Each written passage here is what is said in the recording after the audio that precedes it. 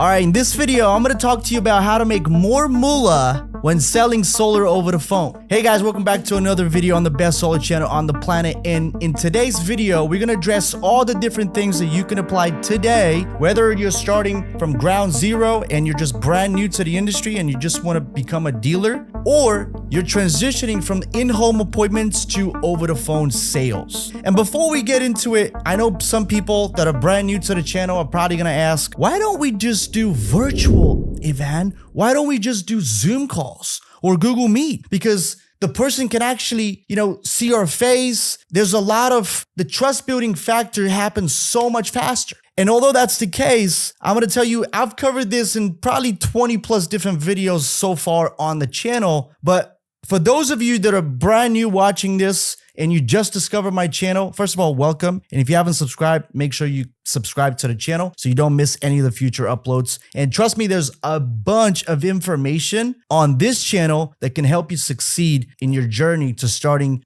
becoming your own dealer and making the most amount of money in solar, as well as selling solar over the phone. But why don't we sell over Zoom? Because most people, the typical solar customer avatar, is not really used to doing Zoom calls. Some people are gonna be okay with doing Zoom calls, and most of these people are not gonna be okay with doing Zoom calls. And even if they tell you that, hey, they could actually join that Zoom call and have a conversation with you over Zoom, the reality is that they'll join a Zoom call, their mic's gonna be fucked up, their camera's not gonna be on, you're gonna be like 20 minutes going back and forth, hey, can you hear me? Can I hear you? Like the whole thing just creates too much friction. So instead of doing Zoom calls or virtual meetings, we just do it over the phone. Now, what's the biggest difference between doing in-home sales and selling over the phone? Well, I tell my clients usually that those are two completely different ball games. You're playing basketball, I'm playing football. Those are two completely different ball games. And although you're trying to do the same thing, which is score a point against the other team, the rules in the games are different. And in solar, you're selling the same product, but how you approach selling solar is entirely different. So how do you actually close more deals? Well, the first thing you got to realize is that it's going to take more touch points than if you're selling in the home. If you're selling in the home, you're probably 1 to 2 touch points before you shut it down. If you're selling remotely, if you're selling over the phone, for example, you're gonna need about 5 to 7 touch points. And some of you are probably thinking, well, that's too many. No, it's not, because when I say a touch point, I don't mean a full-blown 30-minute conversation. A touch point could be, hey, James, are you available at 2 p.m. today to take the call, or should we do it tomorrow, for example? And that's a 30-second conversation, and that is considered a touch point. So what you're actually doing is you're following through with the customer. So you're basically saying, hey, I'm gonna call you at 2 p.m. tomorrow, and you actually call them at 2 p.m. tomorrow. So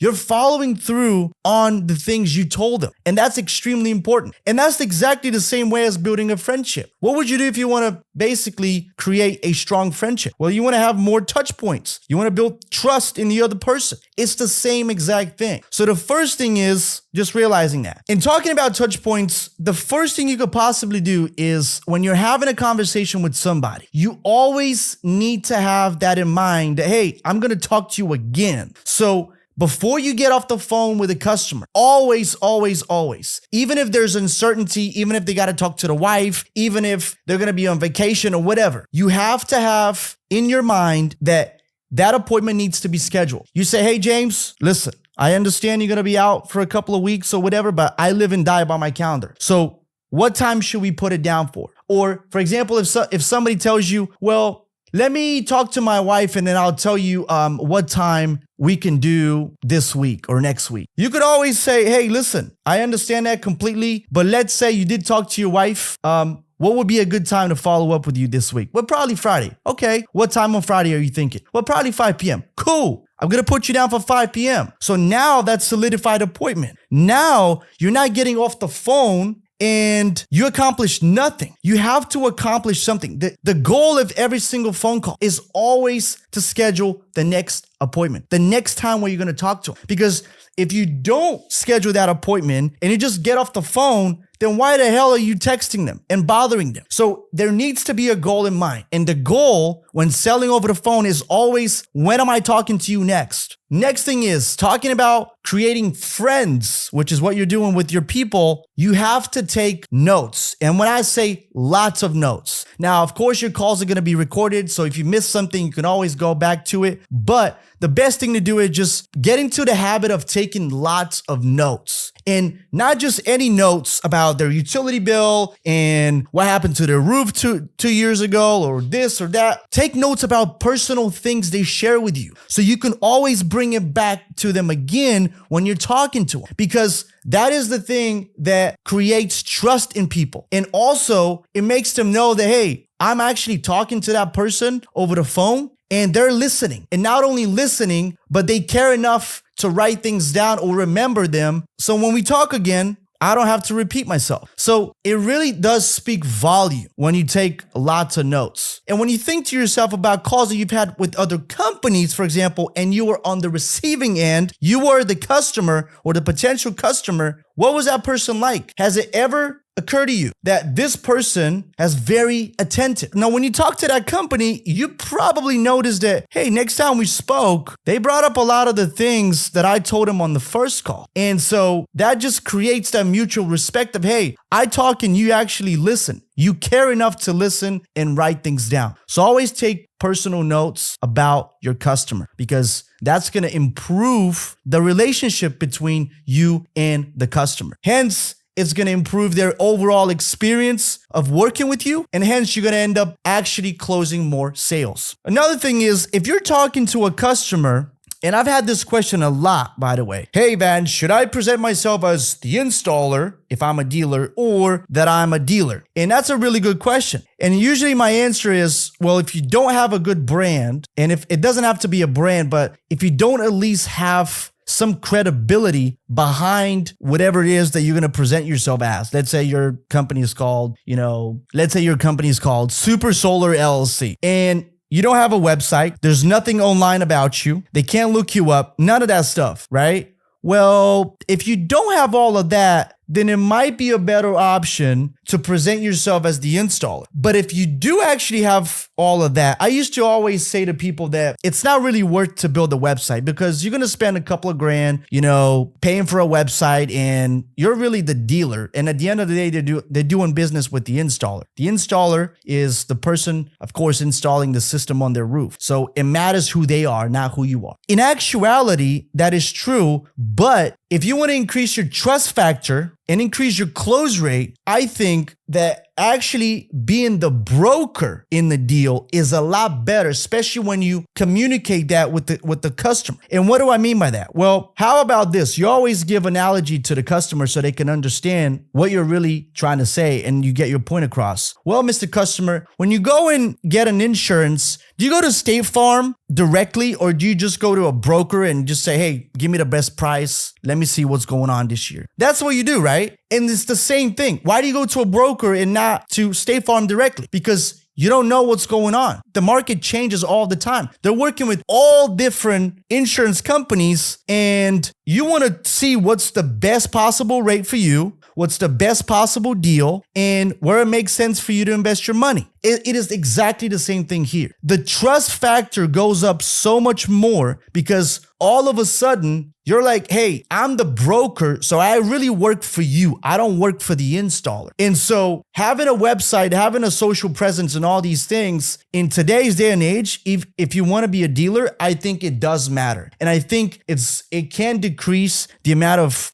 touch points that you're going to have with a customer in order to close them, and in a sense, increase your close rate. Because when you're a broker, people just look at you differently because you actually oversee a lot of different installers that they could possibly have in the area, even if you only have one or two. The way you're going to be viewed as a broker is going to be entirely different than, for example, if you're just the installer and one end alone. So be the broker in the deal. It makes so much more sense. And when you explain it to the customer, they actually appreciate it. Next thing is, you gotta understand that you're doing everything over the phone. That includes signing documents, doing all the social security and things like that. A lot of people are not comfortable with giving away their social security number. Some financing companies in their portals, if you've noticed, if you've been in solar, if you haven't been in solar, whatever, some require the last four of their social, and some require the actual full social security number. Some people, depending on how much trust you've built with that homeowner, some people might not feel comfortable giving away their social security number to you. If it's the last four, that's fine. But I'm talking about the full social security number, especially when you're doing a credit application. So sometimes it might take you a little bit longer.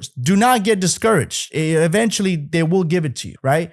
If you talk as much sense as is needed into the customer and let them know, hey, listen, I actually got your back here. Listen, this is super preliminary. It's a soft close. It actually blacks out. That's one of the strategies I use. We always say, hey, the last digit blacks out. So can you just say it slowly? It just gives them a lot more security and peace of mind that, hey, you're not just going to try to run away with their social security number. And you're a legitimate company that's just trying to help them, right? So outside of that, you have to explain how they are protected when it comes to the social security number, but also with all the warranties. I'm going to have that, hey, what happens? I'm going to have that system stuck to my roof for 25 years. And so I want to know, hey, what happens if a panel flies off the roof, if there's like a twister, or if there's like a storm or a hail, or one of the panels stops working, or this or that, or the production goes down. Like, you need to be able to explain everything very, very thoroughly, okay?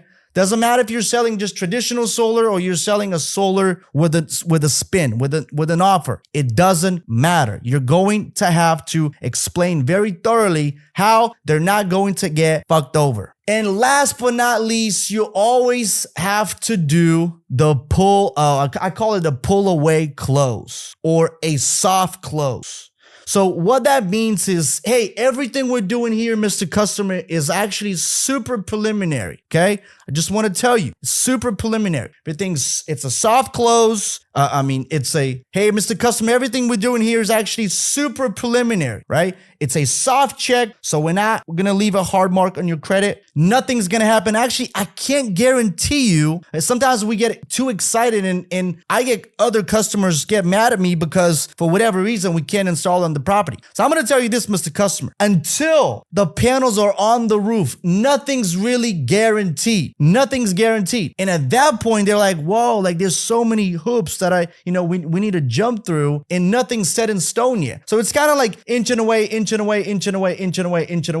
and you get it done, right? And that I call the pull away close. Because if you just go, hey, just let's finalize everything here, and then whatever, we sign, you can't go back to it and cancel or none of that stuff, right? They're going to feel very uncertain about what's actually happening because there's a lot of things they have to process. And you have to always put yourself in the shoes of a customer. So you always do the pull away close, because I think out of everything I just said, the broker and being a broker, presenting yourself as a broker and not as the installer, and actually working for the customer, they already understand that model. There's like brokerages in any other industry. So there's a brokerage in solar. We're actually trying to find you the best deal possible on the market. And I don't just work for any installer, right? If any installer, doesn't really do 100% a good job, Mr. Customer, we definitely rule them out. And so they have to know all these things. But besides that, the broker and the pull away close, those two things can guarantee you a massive increase in your close rate when you're doing it over the phone. So if you have any questions regarding selling over the phone, please put them down in the comments below. I'd love to make a separate video on this. And if you enjoyed this video, give it a thumbs up and subscribe to the channel. And I'll see you again in the next video.